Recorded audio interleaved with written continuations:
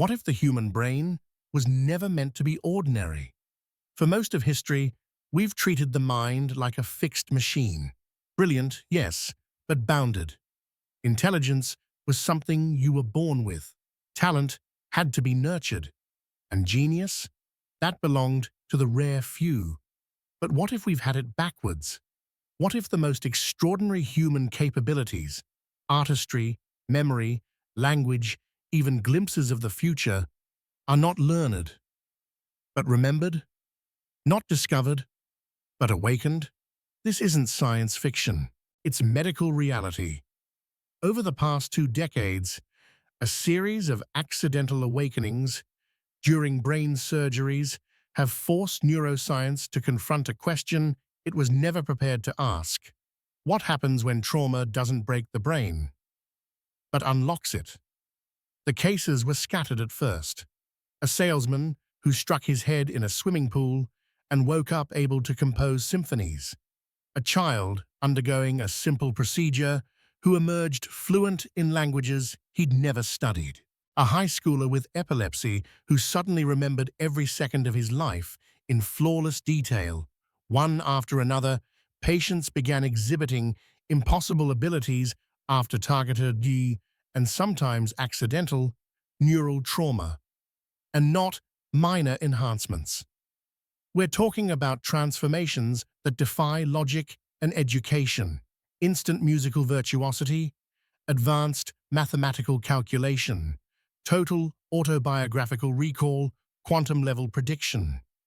These were not delusions. Their brains were scanned, their abilities tested. Some were studied for years. Independent researchers confirmed it again and again. The brain, damaged in one place, compensates by rewiring somewhere else. And in rare instances, it overcompensates. What if savantism isn't an anomaly, but a clue, a glimpse into the full spectrum of human consciousness, not just what we know, but what we're capable of knowing? In this journey, we'll explore 10 real-life cases where brain surgeries and injuries opened unexpected doors into music, memory, language, vision, even alternate realities. Each story begins the same way, with a person living an ordinary life, and each ends with the profound realization that the line between normal and extraordinary may be thinner than we think. This isn't about superpowers, it's about hidden architecture, about the potential within every one of us, dormant, untrained, but waiting. Maybe genius isn't rare, maybe it's common, just usually inaccessible. So the question becomes, what else lies within us, unawakened? And what price or accident might it take to set it free? Let's begin. It started with a concussion and ended with a concert. In 2002, Derek Amato dove into the shallow end of a swimming pool. He hit his head on the concrete floor with such force that he blacked out. The doctors said he was lucky to be alive. No broken bones, no lasting paralysis. But when he woke up days later, something else had changed, something no scan could explain. He began hearing music, not from the radio or the hospital speakers, from inside his own mind. Derek had never played the piano. He couldn't read music. He worked in sales. Music was something he appreciated, not something he created. But 2 weeks after the accident, he sat down at a friend's piano, placed his hands on the keys, and played, flawlessly. It wasn't mimicry. The melodies were original, complex, full of emotion and structure. Music poured from his fingers like water from a spring, as if it had always been there, waiting to emerge. Doctors called it acquired Savant syndrome. Scans revealed damage to his left hemisphere, but also hyperactivity in regions associated with musical processing. Somehow, the trauma had rerouted his brain's wiring, unlocking a level of artistry that defied explanation. What's more, Derek's abilities weren't tied to conscious thought. He could hold a conversation while composing, solve problems while improvising. Even in sleep, his brain continued to generate music, pieces he'd remember upon waking. The precision of his compositions stunned experts. Mathematically intricate, emotionally layered, technically difficult. The kind of work that should take decades of training. And yet, for Derek, it came unbidden, natural. It raised an unsettling question. Had this genius always been there, buried beneath his conscious mind? And if so, how many others are walking around with symphonies hidden in silence? Dr. Barrett Brogard, a neuroscientist who studied Derek's case, proposed that the human brain may harbor latent abilities, powerful but dormant systems that under specific conditions can become active, not learned, released. If that's true, then genius isn't created, it's uncovered. Years after the injury, Derek's musical abilities continued to evolve. His brain kept changing, as if the rewiring was ongoing, like an instrument tuning itself, growing more sophisticated with time. He didn't just survive the accident. He became someone new. But perhaps the most haunting thought isn't what Derek gained. It's what he lost before. What might have been hidden all along, never to surface, if not for a single improbable accident. In every life, there are quiet potentials. Abilities we'll never access, talents we'll never realize, unless something or someone wakes them up. Derek Amato's story is not about music. It's about the architecture of possibility, and how sometimes the mind only finds its true voice when everything else goes silent. What if you could wake up speaking a language you've never heard? It was supposed to be a routine surgery. 9-year-old Christopher Langan was on the operating table to remove a small tumor from his left temporal lobe. A standard procedure, the kind done in hospitals every day. But as the surgeons worked, something unexpected happened. Christopher began to speak, not in English, but in fluent Mandarin Chinese. The room froze. One of the anesthesiologists, Dr. Chen, was a native Mandarin speaker. He responded instinctively, asking the boy questions only a native speaker could understand. Christopher answered, calmly and fluently, with perfect grammar, tone, and vocabulary. This wasn't parroting. It was native-level fluency in a language he had never encountered, growing up in rural Oklahoma, with no exposure to foreign languages, let alone one as complex as Mandarin. At first, doctors thought it might be a post-operative delusion, but in the days and weeks that followed, Christopher's linguistic abilities only expanded. Japanese, Arabic, Russian, ancient Sanskrit. He could understand and speak them all, not just the words, but the idioms, the historical context, the cultural references. His brain had become a living encyclopedia of human language. Dr. Ellen Y., a linguist at Boston College, led the investigation. What they found was astonishing. The surgery had disrupted areas of Christopher's brain tied to language production, but at the same time had created new hyperactive connections in his right hemisphere, particularly in regions associated with pattern recognition and auditory processing. It was as if the trauma had lifted a veil, revealing access to a deeper structure, a code beneath language itself. Some called it universal grammar, the theoretical idea that humans are born with an innate capacity for language hardwired into the brain. But this was different. Christopher wasn't just absorbing language, he was unlocking it, instantly. His case reignited debates long dormant in the fields of linguistics and neuroscience. Is language truly learned, or is it remembered? Do our brains already contain the templates for understanding, and we merely need the key? More mysterious still was that Christopher's knowledge came bundled with emotional and historical awareness. When speaking Arabic, he knew the geography of the Middle East. When switching to Latin, he understood Roman customs and culture. None of it had been taught. All of it was accurate. As the studies continued, one truth became inescapable. Christopher's mind had bypassed the usual channels of learning.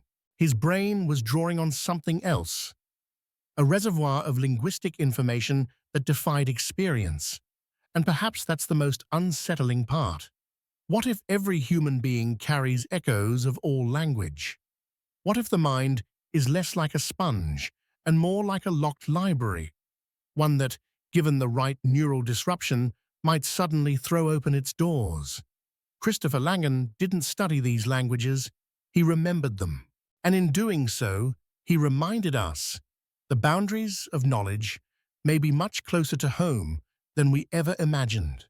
All we need is the key. It began with a simple equation and ended in mathematical revelation. Janet Morrison was a 43-year-old English teacher with a quiet life and a lifelong aversion to numbers. Math had never made sense to her. She struggled with basic calculations and avoided anything that hinted at algebra or geometry. Then came the diagnosis, a rare arteriovenous malformation in her right parietal lobe, a tangle of blood vessels threatening her life. Surgery was her only option. When she woke from the operation, the world looked the same, but numbers no longer did. Janet could see them, not on paper, but in the air, in space, in patterns that shimmered behind her eyelids. Equations unfolded like constellations. Prime numbers danced in sequence. Calculus, which once felt like a foreign language, became a kind of poetry. Within hours of her recovery, Janet was solving complex mathematical problems, ones that stumped graduate students and professors alike. She could factor large numbers mentally, derive equations, visualize multidimensional geometry, all without formal training. Doctors were baffled. She hadn't gained knowledge, she'd gained perception. Dr. Barrett Brogard, who had studied other cases of acquired savantism, was called in again. Brain scans revealed that the surgery had damaged a portion of Janet's right parietal lobe, the area responsible for spatial awareness, but had simultaneously sparked new activity in regions associated with mathematical reasoning. It was as if her brain had rerouted around the injury, and in doing so, opened a channel to something deeper. Janet wasn't just calculating, she was seeing math as landscapes, structures, motions. Problems became visual sculptures. Solutions revealed themselves like topographic maps. Her brain, it seemed, had begun processing numbers through an entirely different system, parallel, intuitive, and extraordinarily fast. Professional mathematicians tested her. Her methods were unconventional, yet efficient. Her answers precise. Sometimes she solved problems using techniques no one had ever documented.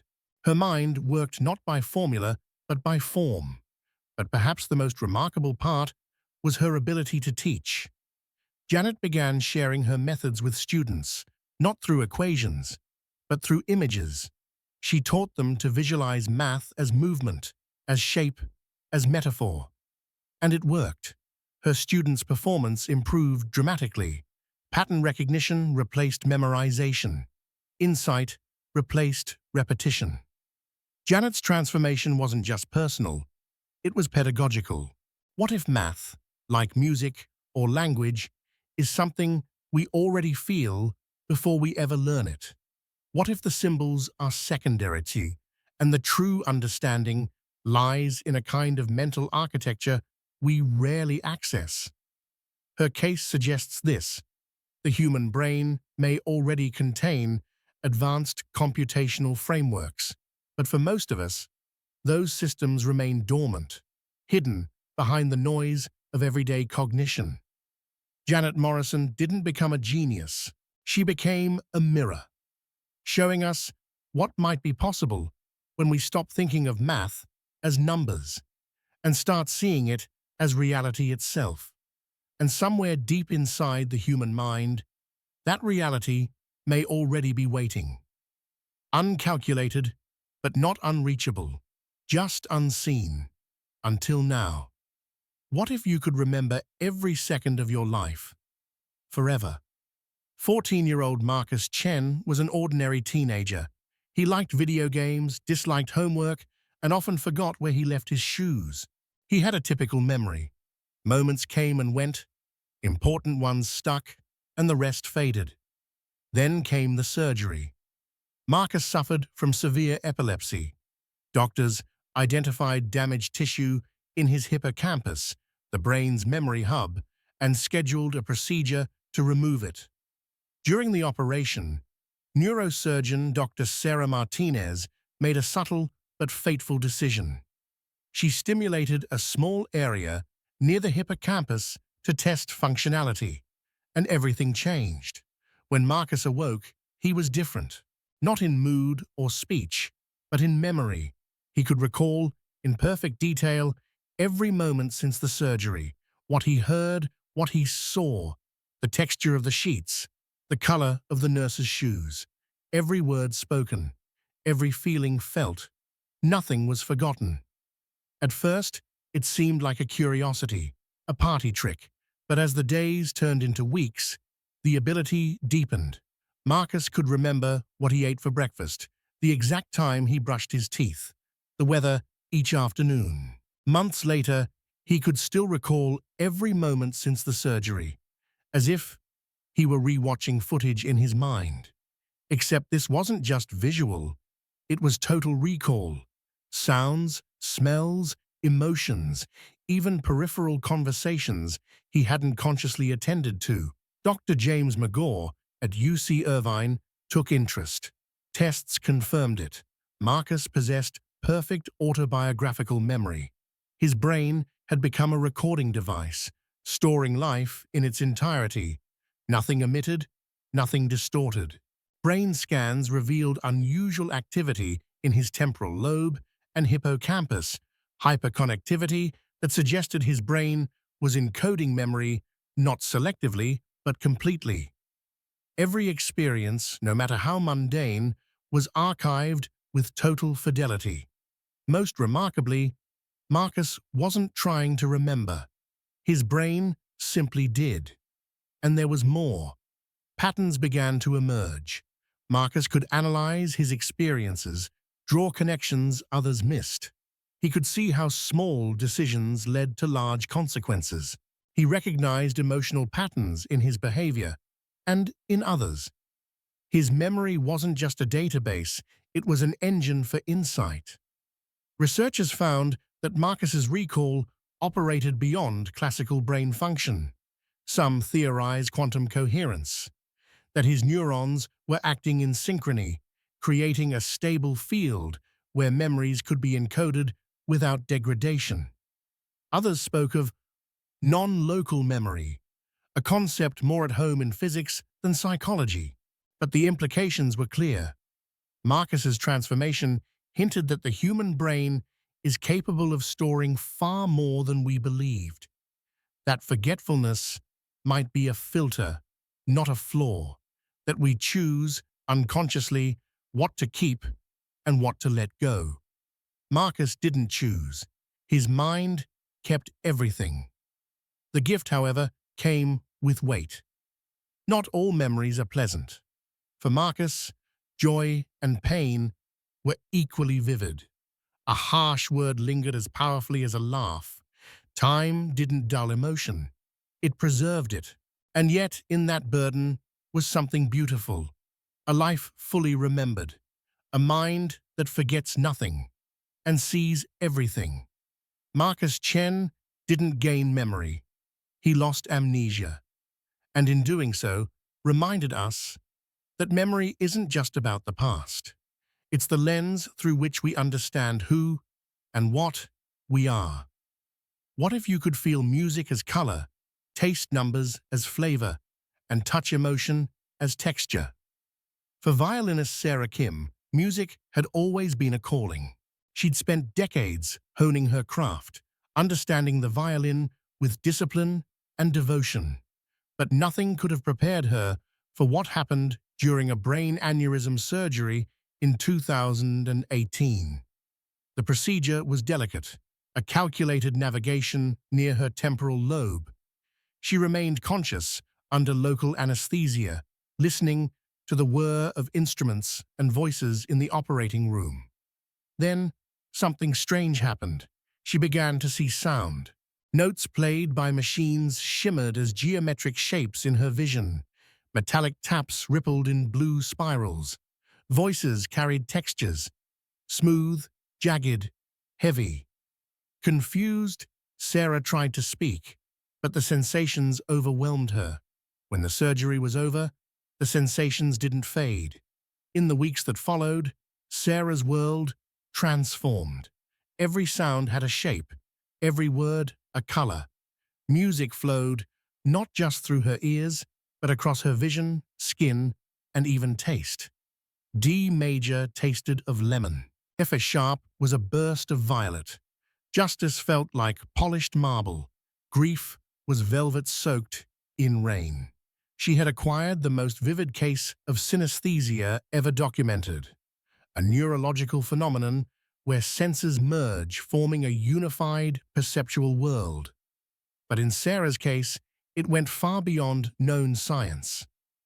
Dr. V.S. Ramachandran, a leading researcher in synesthesia, took on her case. Brain scans revealed extreme hyperconnectivity between her sensory cortices, visual, auditory, tactile, emotional. Her brain had formed a unified perceptual network. She wasn't hallucinating, she was integrating. The result was astonishing.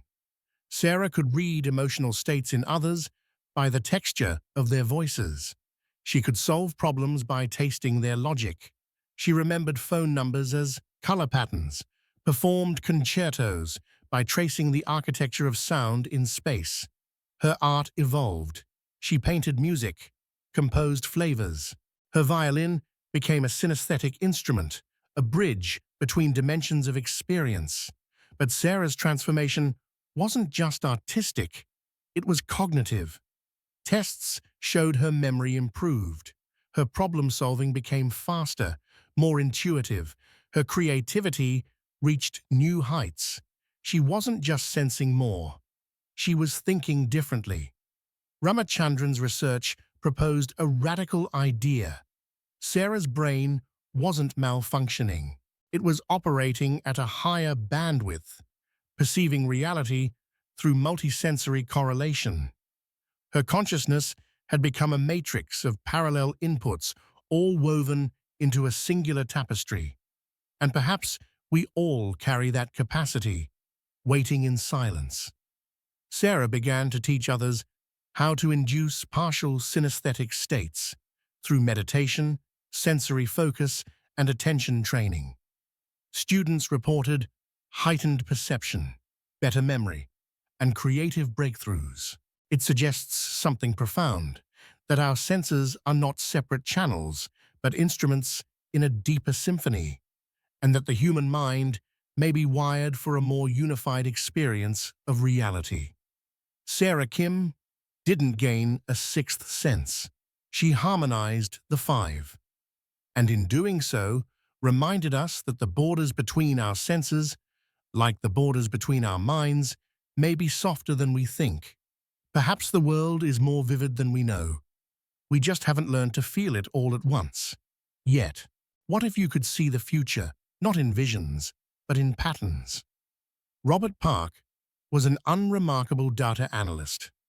Competent, quiet, the kind of person who excelled at spreadsheets but faded in meetings. He worked with numbers, not intuition. Then came the tumor, a small growth pressing against his frontal lobe. Routine removal, low risk. But as neurosurgeon Dr. Lisa Wong carefully excised the mass, something remarkable happened. Robert, still under light anesthesia, began speaking. Not nonsense, predictions. He named random numbers before machines displayed them. He muttered market shifts before they hit trading screens. He whispered phrases others hadn't yet spoken. No one believed it at first, but when Robert awoke, the pattern continued. He could finish your sentence before you spoke it, predict dice rolls, card draws, and price fluctuations with eerie accuracy. At first, it seemed like luck. Then statistics caught up and made it impossible to dismiss. Robert wasn't guessing. He was recognizing. Dr. Dean Radin, a researcher at the Institute of Noetic Sciences, studied his case. Brain imaging revealed unusual activity in regions associated with temporal processing and intuition. Neural pathways lit up that don't typically interact. His brain appeared to be sampling probability, not from past data, but from future events. Some called it precognition, others pattern recognition at a scale never seen before. But whatever it was, Robert could detect fluctuations before they occurred, as if he were listening to the future's heartbeat. His accuracy went beyond chance. He predicted stock market spikes, knew what song would play next, felt earthquakes hours before instruments registered tremors. It defied logic. It obeyed rhythm. Researchers began to suspect Robert's brain had gained access to non-local information, a concept from quantum physics where data can exist across time and space. His mind wasn't forecasting. It was entangled. And curiously, the effect intensified under emotional stress, as if the deeper his awareness of the present, the further he could see into what hadn't yet arrived. Robert's abilities weren't just passive. He used them to make choices, to warn others, to navigate chaos with uncanny calm. The future wasn't fixed, but it was legible. A pattern, not a prophecy. Most startling of all, he began teaching others to sense it too. Through focused meditation and temporal awareness exercises, his students reported sharper instincts, faster decisions, and moments of startling clarity, like glimpses through a keyhole in time. What if the future isn't unknowable? What if it's simply too quiet for most of us to hear? Robert Park didn't become a fortune teller. He became a tuner, adjusting the dial until the signal emerged from the static. His case suggests that time, like consciousness, might be more fluid than we imagine. That tomorrow leaves shadows in today, if you know where to look. And perhaps, in every mind, the future waits, not to be seen, but to be sensed. What if you could feel what others feel? Not metaphorically, but literally. Margaret Foster was a 52-year-old nurse, kind, attentive, and emotionally intelligent, but in no way extraordinary. She believed empathy was a skill, something you practiced, not possessed. Then came the stroke. It struck without warning, followed by emergency brain surgery to relieve pressure. During the procedure, surgeons removed part of her right parietal lobe, a region associated with spatial awareness and body sense. When she awoke, Margaret's body was intact, but her mind? It was profoundly changed. She could now feel the emotions of those around her, not in guesses or hunches, but with the intensity of her own experience. A visitor's grief felt like a stone in her stomach. A doctor's stress made her fingers tremble. A child's fear brought tears she couldn't explain. At first, she assumed it was trauma, but it didn't fade. If anything, it deepened. Soon, Margaret was sensing things no one had spoken. The thoughts behind the words, the truth behind the mask. She could predict what someone would say, finish their sentences, anticipate their choices. It wasn't magic. It was resonance. Dr. Marco Iacoboni, a neuroscientist studying mirror neurons, examined her case. Brain scans revealed radical hyperconnectivity between her emotional and sensory cortices. Her mirror neuron system, the network that allows us to understand others, had become supercharged. When Margaret interacted with someone, her brain didn't just observe, it synchronized. Her neural activity mirrored theirs, forming a kind of shared mental space. She wasn't reading people, she was becoming them. Medical tests confirmed her uncanny abilities. She could identify physical pain in others, down to location and intensity. She knew when someone was lying, even if they believed their own words. In therapy sessions, she accessed memories and emotions her patients had buried. Her empathy extended to knowledge. Around experts, she temporarily absorbed their skills. With a violinist, she understood music. With a carpenter, she felt the grain of the wood. It was as if her consciousness could merge momentarily with another's. Some researchers called it quantum entanglement of minds. Her brain, they theorized, was functioning like a receiver, linking with others through non-local correlations that science had only begun to glimpse. But for Margaret, it was never about theory. It was about healing. She began working with trauma patients, not by talking, but by feeling their pain, processing it with them, and helping them let it go. Her presence alone became calming, her understanding immediate. She wasn't diagnosing, she was experiencing. Her case raised profound questions. Is empathy a skill or a spectrum? Do we all possess the wiring for shared awareness, but operate at a fraction of what's possible? Margaret Foster didn't become a mind reader. She became a mirror, a living reminder that our minds are not islands, but bridges, that we are, quite literally, wired to connect, if the signal is strong enough. And perhaps the deepest truths about others are not found in words, but in the spaces between us, where one consciousness quietly meets another and says, I understand, because I am you too. What if the brain could calculate faster than the world's most advanced machines? 16-year-old Alex Rivera was always curious, a bright physics student with a passion for space and time. But his abilities, while promising, were unexceptional, until a rare tumor changed everything. The mass sat near his parietal lobe, quietly pressing against neural tissue. During surgery, as neurosurgeon Dr. Rebecca Chen navigated the delicate terrain, she stimulated a section of cortex previously thought unrelated to complex mathematics. Alex didn't just wake up healed, he woke up changed. He began solving quantum equations in his head, problems that usually required supercomputers. He calculated molecular orbits, predicted atomic behaviors, modeled quantum fields with speed and clarity that stunned his doctors. No pen, no calculator, just thought.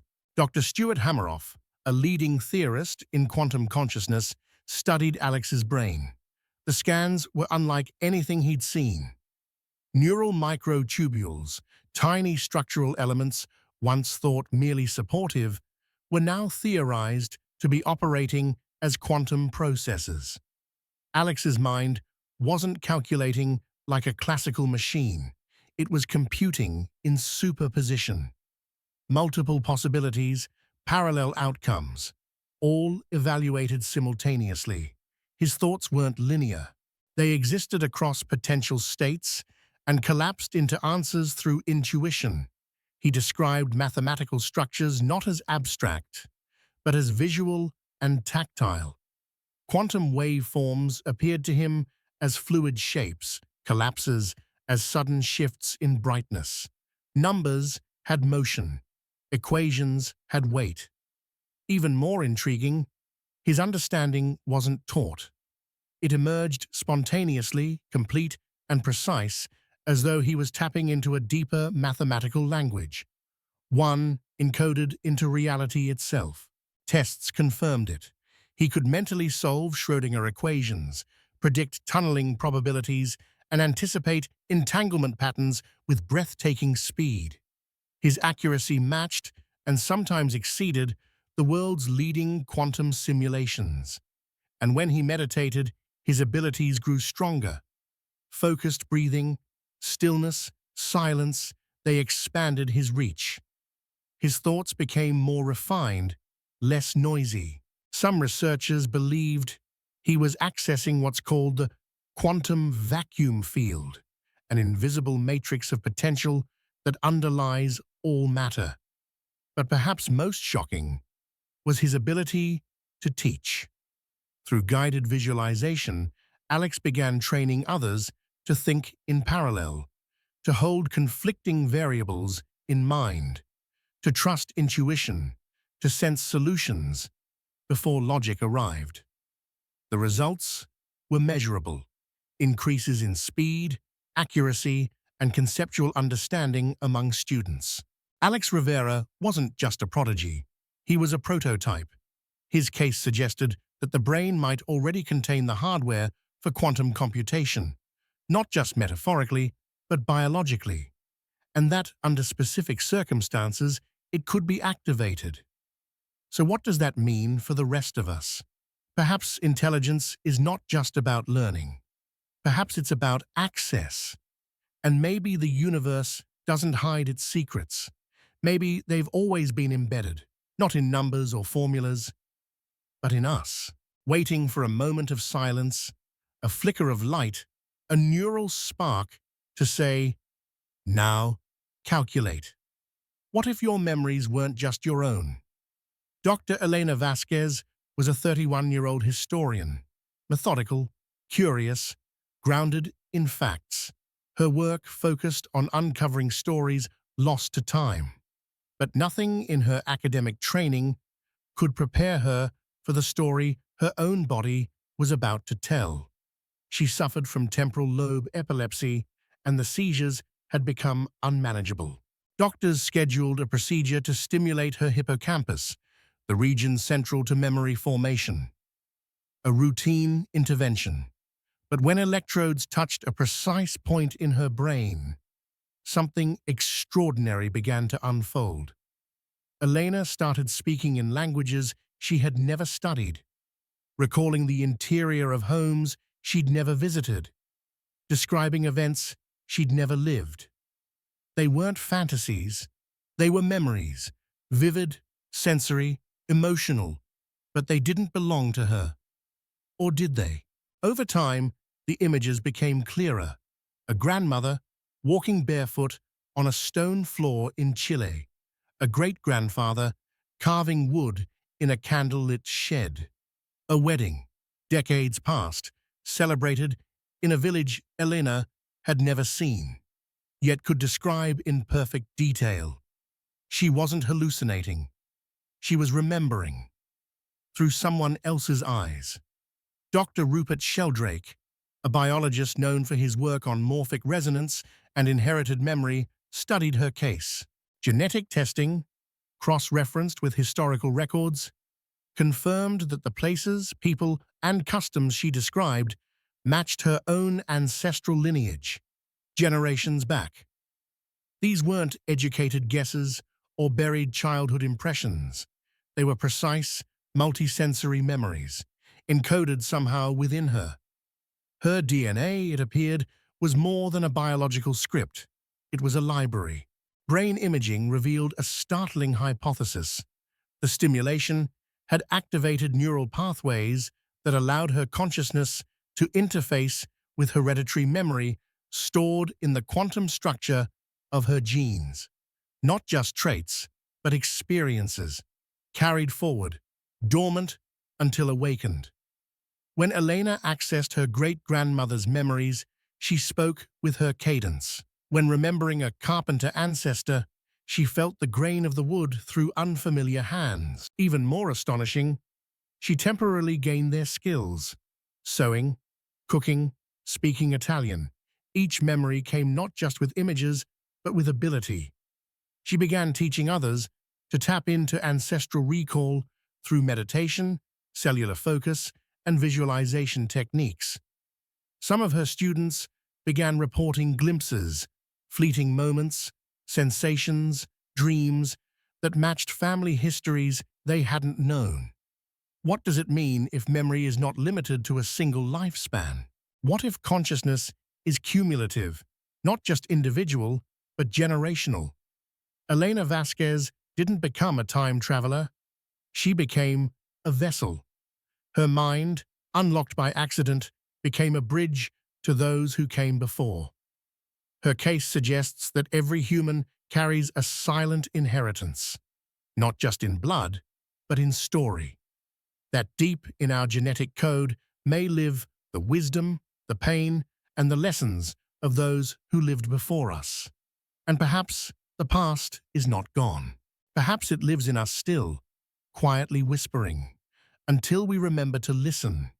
What if you could see other versions of reality, not imagined, but unfolding side by side? Michael Thompson was a 45-year-old artist struggling with depression. For years, he'd painted abstract landscapes, often chasing emotions he couldn't quite name.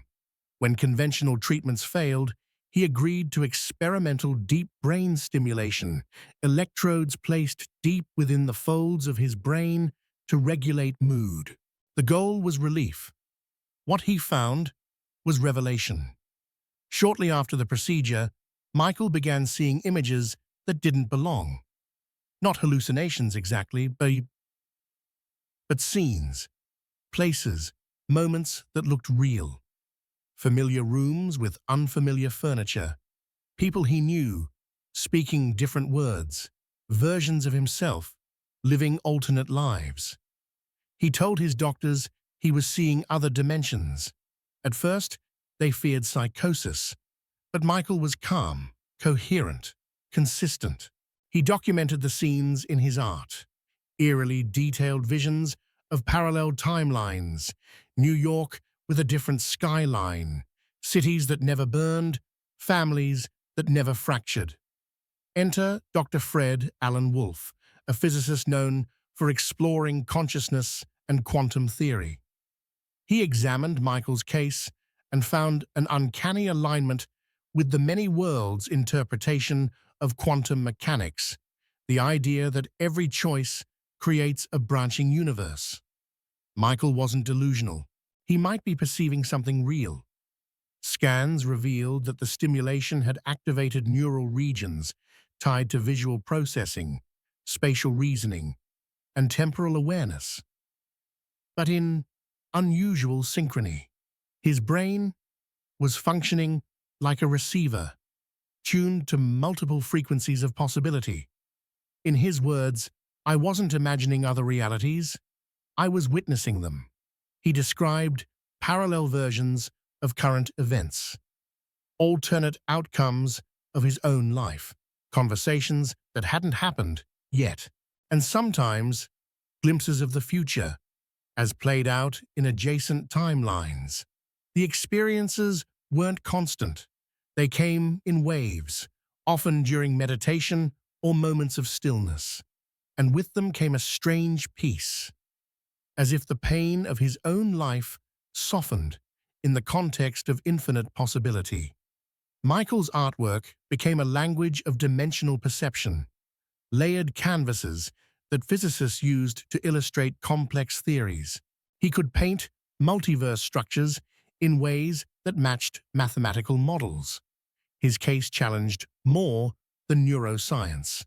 It questioned the very nature of perception. What if consciousness can tune in to other versions of reality? What if what we call now is just one slice of a larger whole, and the mind, under specific conditions, can slip between them? Michael wasn't alone for long, and as his story spread, others began to report glimpses, in dreams, in meditations, in déjà vu moments too detailed to dismiss. He began teaching others how to perceive possibility, quieting the mind, loosening the grip on linear time, letting awareness float. Some saw flickers, others nothing, but a few saw too much. Michael Thompson didn't invent the multiverse, he just opened a window. And what he showed us is both thrilling and humbling. That reality may not be a single thread, but a tapestry woven from infinite strands. We live in one, but others run parallel, whispering what might have been, or still could be. What if your brain was never truly broken, only waiting to be unlocked? In the annals of medical history, 10 extraordinary cases stand apart. They weren't just recoveries, they were revelations. A man gains the ability to compose symphonies overnight. A child wakes speaking languages no one taught him. A teacher becomes a mathematical savant. A teenager remembers every second of his life.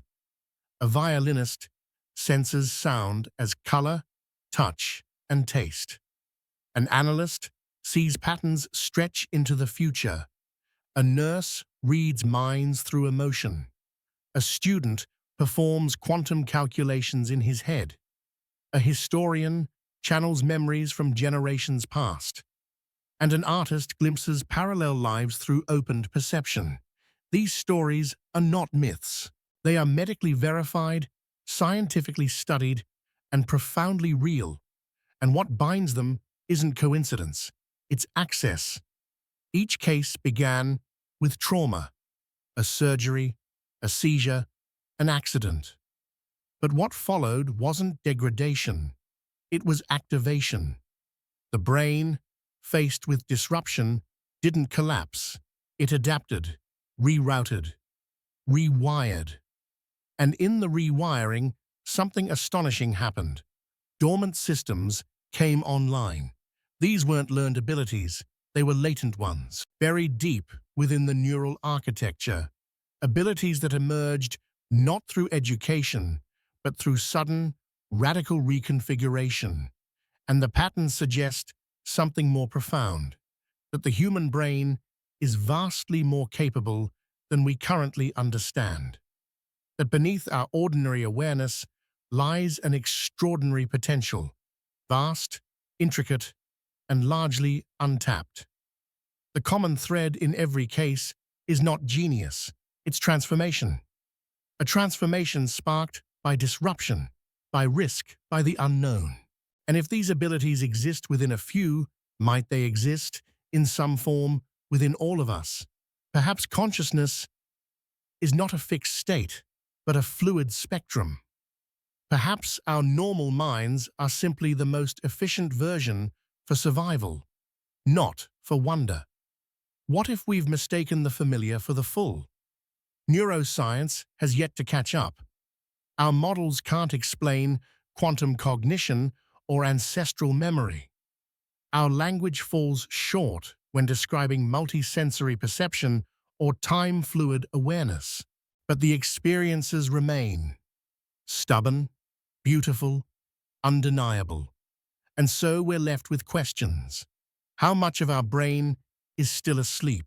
What abilities have we evolved to suppress? Not out of weakness, but necessity?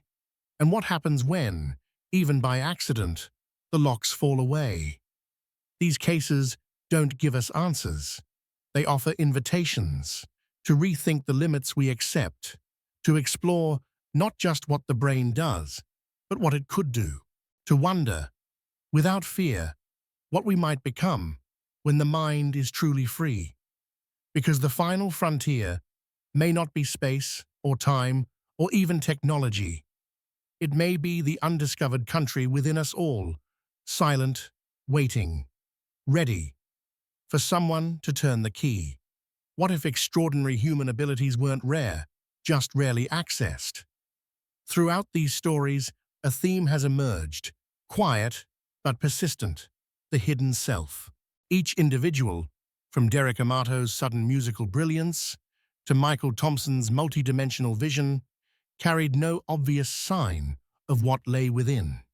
They were teachers, students, nurses, artists, ordinary people by all appearances, until the moment their brains were forced to adapt and something dormant ignited. Science has long clung to the idea that the brain is compartmentalized, that memory, creativity, logic, language all live in neat neighborhoods. But these 10 cases tell another story, one of radical neuroplasticity, of functions merging, of entire systems awakening under stress. They suggest a paradigm shift, not a breakdown of the brain's architecture, but its unveiling. We've seen memory that captures life like film, language that emerges without learning, equations solved through quantum intuition, emotional resonance so powerful it bridges separate minds. And yet, none of these were achieved through training. They were revealed. This challenges everything we believe about effort and achievement.